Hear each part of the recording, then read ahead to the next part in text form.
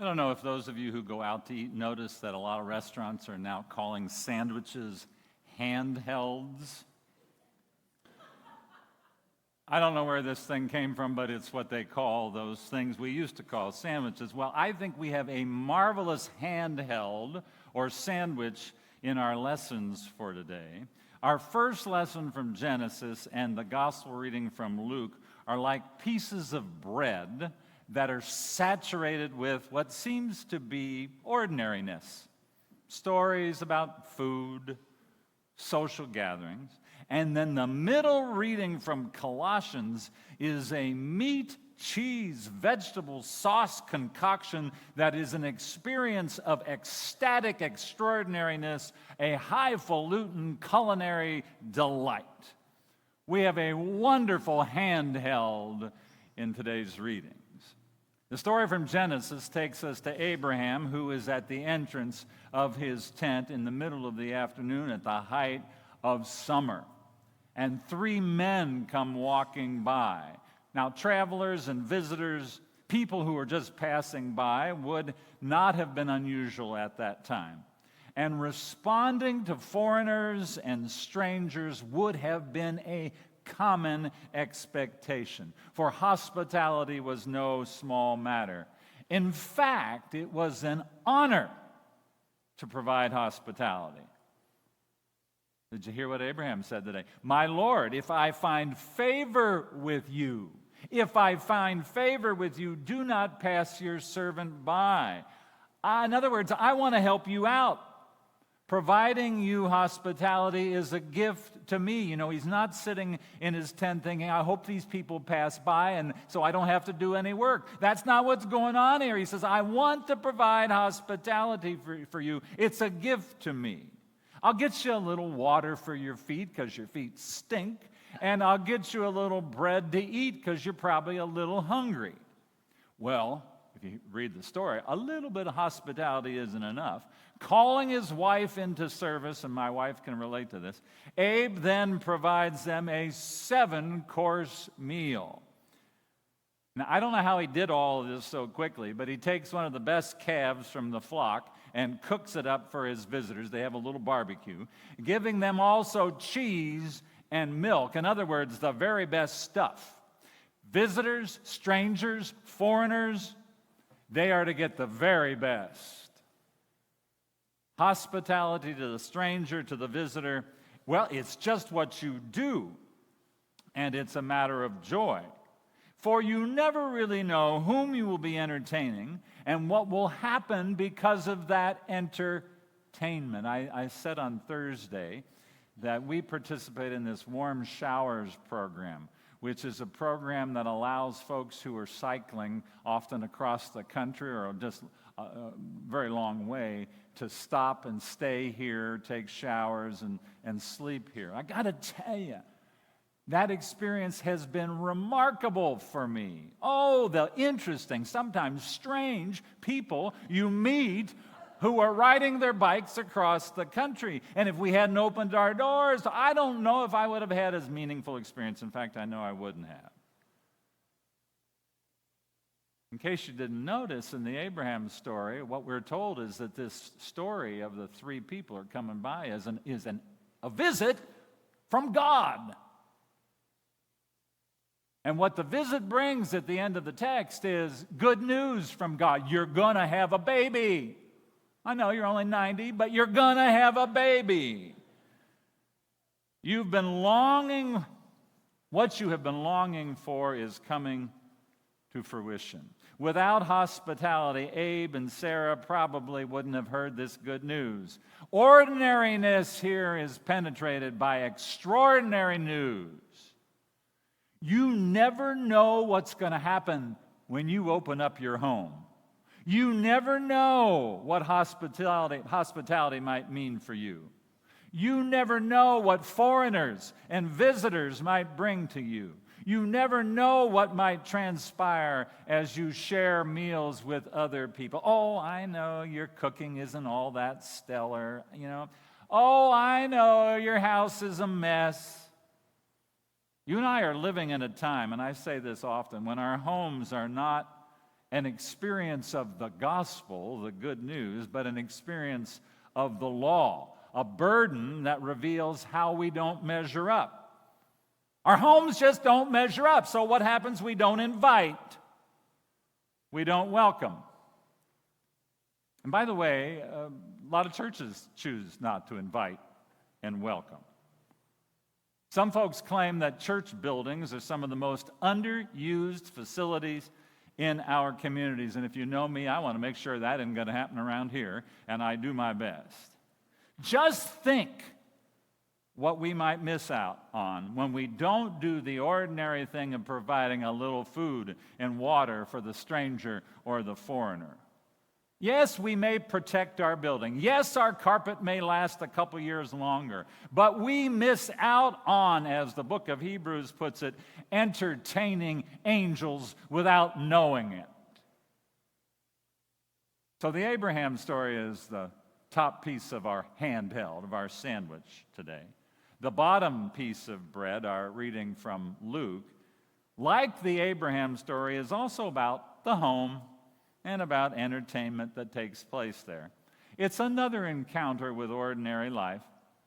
In this story from Luke, we are told that Jesus, and then the Greek says, and they, Jesus and they are on their way to Jerusalem. Who's they? Well, if you read the previous chapter, Jesus has just called 70 people to do ministry. You wonder why Martha's ticked off? Jesus stopping by. I just brought 70 of my closest friends. Let's get some food for them. No wonder she's ticked off. While they are, however, on their way, and I think it's to Jerusalem, they are welcomed by Martha into her home. You know, I always had this picture like Martha called up Jesus and said, I got some good steaks over here. You want to come over for dinner? I mean, but that's not what's happening. What's happening is what happened to Abraham.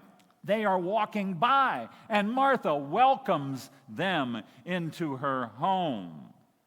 And after she does that, she starts doing what every good host of that time would do. She begins creating a welcoming meal. For you see, visitors matter.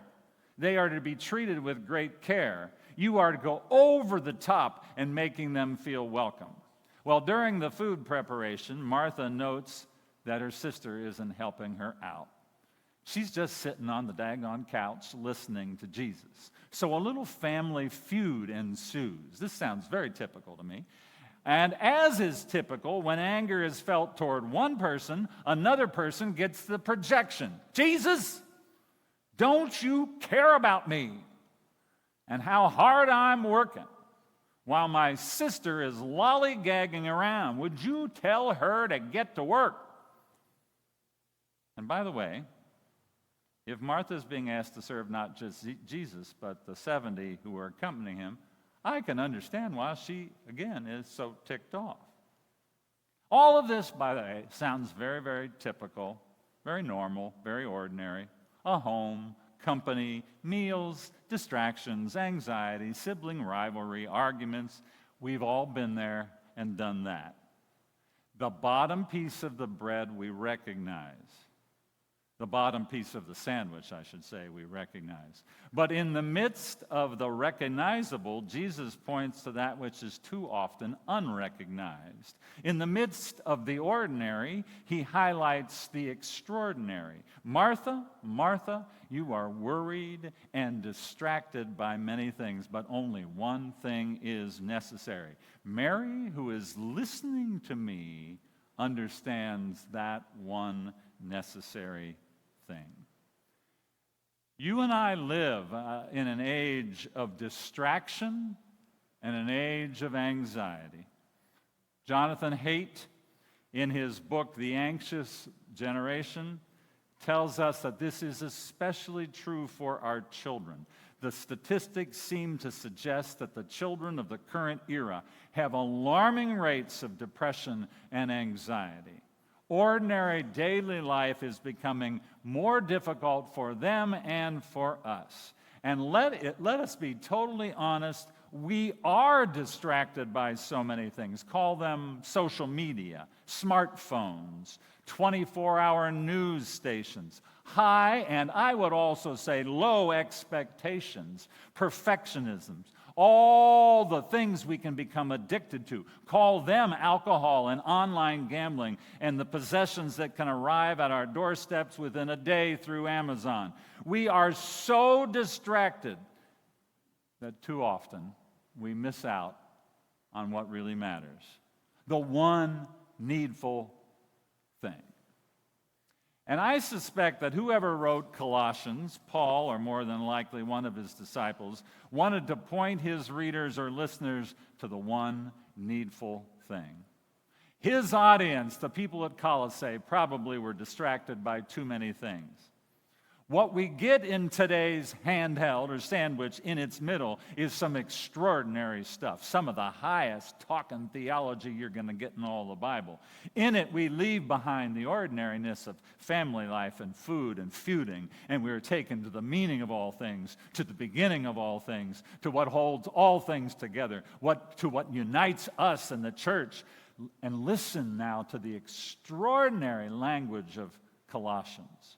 He, the Christ, is the image of the invisible God, the firstborn of all creation. For in him all things in heaven and on earth were created. He himself is before all things, and in him all things hold together. He is the head of the body, the church. He is the beginning, the firstborn from the dead. Wow! We have left behind the small potato stuff. We are being taken to the time before the Big Bang. We are staring at what life means. We are being stuck to the glue that holds everything together. We are being enchanted by that which brings everybody, Jew and Gentile, together in one body. We are encountering that which is bigger than death. We are rubbing up against that which puts distraction and anxiety into their proper place. Distracted by many things, anxious about everything. We miss out on so much that is life-giving, that which puts everything in some kind of good perspective. We miss out on the meat, cheese, vegetable sauce concoction that is an experience of ecstatic extraordinariness. Mary didn't miss out on that, though. She sat at the feet of it. She chose the better part. Hey, you don't get Jesus stopping by your house any old day. If he's in your house, you ought to pay attention to him. If the one who reveals to us the invisible God, if the one in whom the fullness of God was pleased to dwell shows up at your door, it is worth your while to sit at his feet and learn from him. It is not, by the way, that food and hospitality don't matter. Of course they do. And don't run from providing them. But what really matters is the hospitality of the heart, an openness to be captured by something bigger than all the distractions and the anxieties, something that provides meaning, something that gives you direction, something that links you to other people, something that helps you deal with that which unsettles everything, that is death. And I think that the church is at its best when it takes you and me to that something. Oh, without a doubt, we can become a distraction for many and a means for contributing to their anxiety. But the gift given to us, the church, is the love that puts everything in perspective. The love that begins it all and ends it all. The love that unites everybody and everything. The love that is larger even than death. It is this love that is the one thing that matters. It is this love that is to be discovered in the middle of lives penetrated by ordinariness. And my hope is that it is this love that is the church's preoccupation, the real meal that the church has to serve. And if it is, I think it's worth your while to spend some time with us, study with us, eat with us, learn with us, putting aside all the distractions and anxieties, joining with us as we together sit at the feet of Jesus and are captured by the one thing that is needful. Amen.